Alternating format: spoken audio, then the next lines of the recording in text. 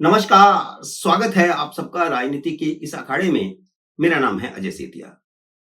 मित्रों, कुल मिलाकर के 4 मुद्दे निकलते हैं जो अरविंद केजरीवाल के दिल्ली में डूबने का कारण बन रहे हैं। दिल्ली में उनकी हार का कारण बन रहे हैं। पहला मुद्दा है शराब घोटाला, दूसरा मुद्दा है शीश महल, तीसरा मुद्दा है झूठे वायदे जो उन्होंने पूरे नहीं किए और चौथा मुद्दा है यमुना की सफाई जो उन्हें ले डूबी, उन्होंने की नहीं। यमुना की सफाई पूर्वांचली वोटरों के लिए बहुत ही महत्वपूर्ण थी और दिल्ली में 25 से 30 सीटों पर पूर्वांचली वोटर बहुत महत्वपूर्ण है। बस हार जीत के लिए मायने रखता है। पूर्वांचलियों की नाराजगी अरविंद केजरीवाल के लिए सबसे ज्यादा भारी पड़ी है। दिल्ली से केजरीवाल की हार उनकी राजनीति की समाप्ति की शुरुआत है। पूर्वांचलियों के बूते पर ही वे 2015 में चुनाव जीते थे, 2022 में भी पूर्वांचलियों के बूते पर जीते थे और इसके साथ मुस्लिम जुड़ गया था उनके साथ और कुछ दलित जुड़ गया था। लेकिन ये सारे वर्ग अब इस बार इनसे नाराज हो गए। दिल्ली से जो उनकी राजनीति की शुरुआत हुई थी और दिल्ली से ही समाप्ति की भी शुरुआत हो गई है। दिल्ली पहला राज्य था जहां आम आदमी पार्टी को राज्य स्तरीय पार्टी का दर्जा मिला। उसके बाद फिर 2017 के चुनाव में पंजाब में उसने अच्छी खासी सीटें भी हासिल कर ली और वोट भी हासिल कर लिए, तो पंजाब में राज्य स्तरीय पार्टी का दर्जा मिल गया। उसके बाद गोवा में आम आदमी पार्टी को राज्य स्तरीय पार्टी का दर्जा मिल गया। राज्य स्तरीय पार्टी का दर्जा हासिल करने के लिए सिर्फ 6% वोट और 2 सीटें विधानसभा की जीतनी होती हैं। तो इन तीनों राज्यों में 2-2 सीटें तो जीत ही चुके थे। अब चौथा राज्य जरूरी था। 2022 में जैसे ही गुजरात विधानसभा चुनाव में उसे 5 सीटें और 12.82% वोट मिल गए, उसे राष्ट्रीय पार्टी का दर्जा मिल गया। क्योंकि राष्ट्रीय पार्टी के दर्जे के लिए जो 4 शर्तें हैं, उनमें से एक शर्त यह भी है कि अगर किसी पार्टी को 4 राज्यों में राज्य स्तरीय पार्टी का दर्जा मिल जाता है तो उसे राष्ट्रीय पार्टी का दर्जा भी मिल जाता है। 4 शर्तें हैं। उन 4 शर्तों में से एक शर्त पूरी करनी होती है। बाकी शर्तों में लोकसभा का सदस्य होना भी जरूरी है, लेकिन इस शर्त में लोकसभा का सांसद होना जरूरी नहीं है। कम से कम यह तो होना ही चाहिए कि 4 राज्यों में एक एक तो लोकसभा का सांसद हो पार्टी का, तब उसे राष्ट्रीय पार्टी का दर्जा दिया जाए। लेकिन यह नहीं है, शर्त में नहीं है, तो राष्ट्रीय पार्टी का दर्जा मिल गया। और उस समय, जिस समय राष्ट्रीय पार्टी का दर्जा मिला, उस समय लोकसभा में आम आदमी पार्टी का सिर्फ एक सांसद था, पंजाब से भगवंत सिंह मान। तो खैर, इस लचीली शर्त के चलते केजरीवाल को, उसकी पार्टी को, आम आदमी पार्टी को राष्ट्रीय पार्टी का दर्जा मिल गया और दिल्ली हारने के बाद भी उसका राष्ट्रीय दल का दर्जा बरकरार रहेगा। अगले कुछ साल तक आम आदमी पार्टी का राष्ट्रीय दर्जा बरकरार रहेगा, क्योंकि इन चारों राज्यों में उसके 6% से ज्यादा वोट और 2 से ज्यादा विधानसभा सदस्य हैं।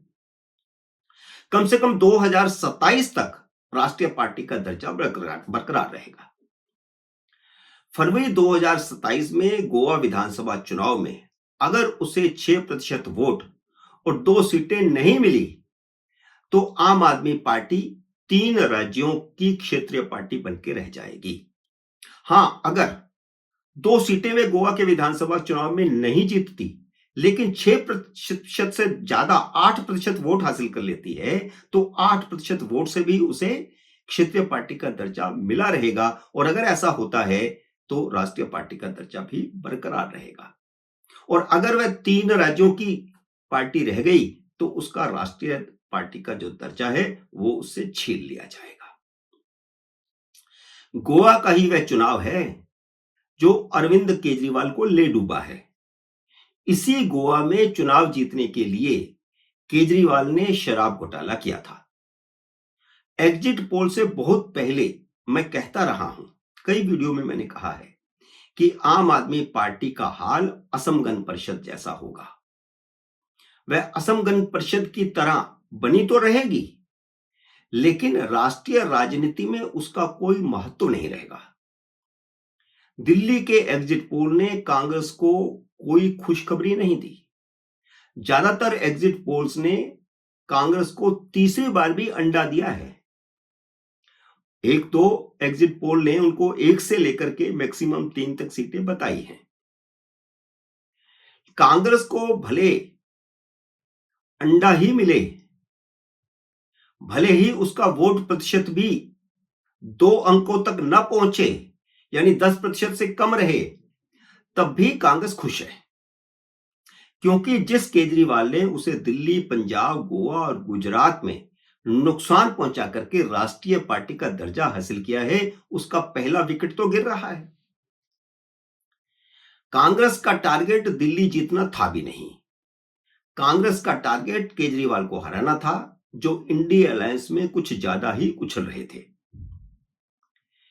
वह कांग्रेस को इंडी अलायंस से निकालने की धमकी तक दे रहे थे और क्षेत्रीय पार्टियां केजरीवाल के पीछे लामबंद होकर राहुल गांधी के नेतृत्व को चुनौती दे रही थी।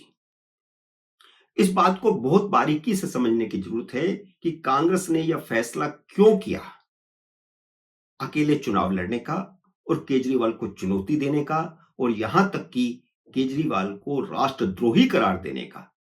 शुरू में जब अजय माकन ने ऐसा कहा था तो कांग्रेस में एक झिझक थी, अजय माकन को रोका गया था, लेकिन बाद में उनको खुलकर बोलने के लिए कह दिया गया और फिर राहुल गांधी ने भी जमकर हमले किए। ममता बनर्जी और अखिलेश यादव ने राहुल गांधी को कमजोर करने के लिए केजरीवाल का समर्थन दिया, उसको समर्थन दिया और बल्कि दोनों पार्टियों की तरफ से प्रचार भी किया। आरजेडी भी केजरीवाल के समर्थन में आई और कांग्रेस को अलग थलग कर दिया।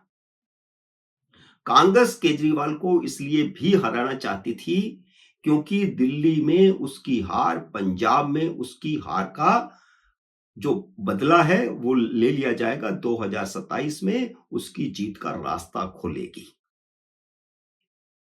पंजाब में केजरीवाल को हराकर कांग्रेस लोकसभा के अगले चुनावों से पहले अपने रास्ते का कांटा हमेशा के लिए निकाल देगी।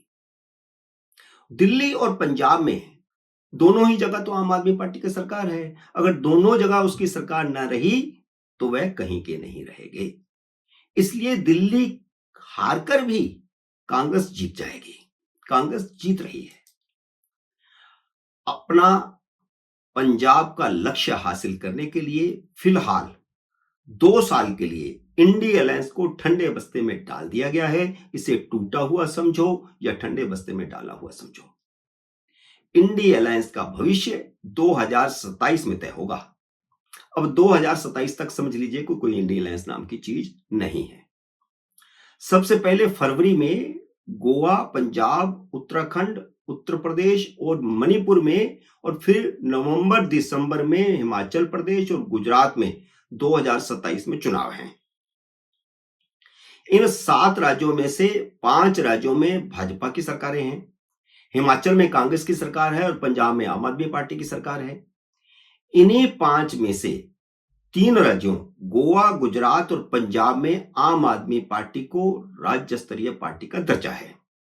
तो इसको आप समझिए कि कांटा कहां फंसा हुआ है। कांटा यहीं पर फंसा हुआ है 2027 में। कांग्रेस का लक्ष्य हिमाचल बचाना और पंजाब आम आदमी पार्टी से छीनना तो है ही, गोवा और गुजरात में आम आदमी पार्टी को इस हालत में लाना भी होगा कि उसका राष्ट्रीय पार्टी का दर्जा खत्म हो जाए। कांग्रेस इस रणनीति पर काम कर रही है ताकि लोकसभा चुनावों से पहले उसके रास्ते का एक कांटा तो निकल जाए। उसके बाद देखेंगे, उसके बाद क्षेत्रीय पार्टियां अपने आप चली आएंगी इंडिया अलायंस फिर से बनाने के लिए। यह है कांग्रेस की रणनीति। मित्रों, उम्मीद है मेरा ये वीडियो आपको पसंद आया होगा। इसे लाइक और शेयर कीजिए। अगर आपने मेरे YouTube चैनल को अब तक सब्सक्राइब नहीं किया तो कृपया सब्सक्राइब करके अपना आशीर्वाद दीजिए। जल्दी मिलते हैं अगले वीडियो में किसी अन्य विषय के साथ। तब तक नमस्कार।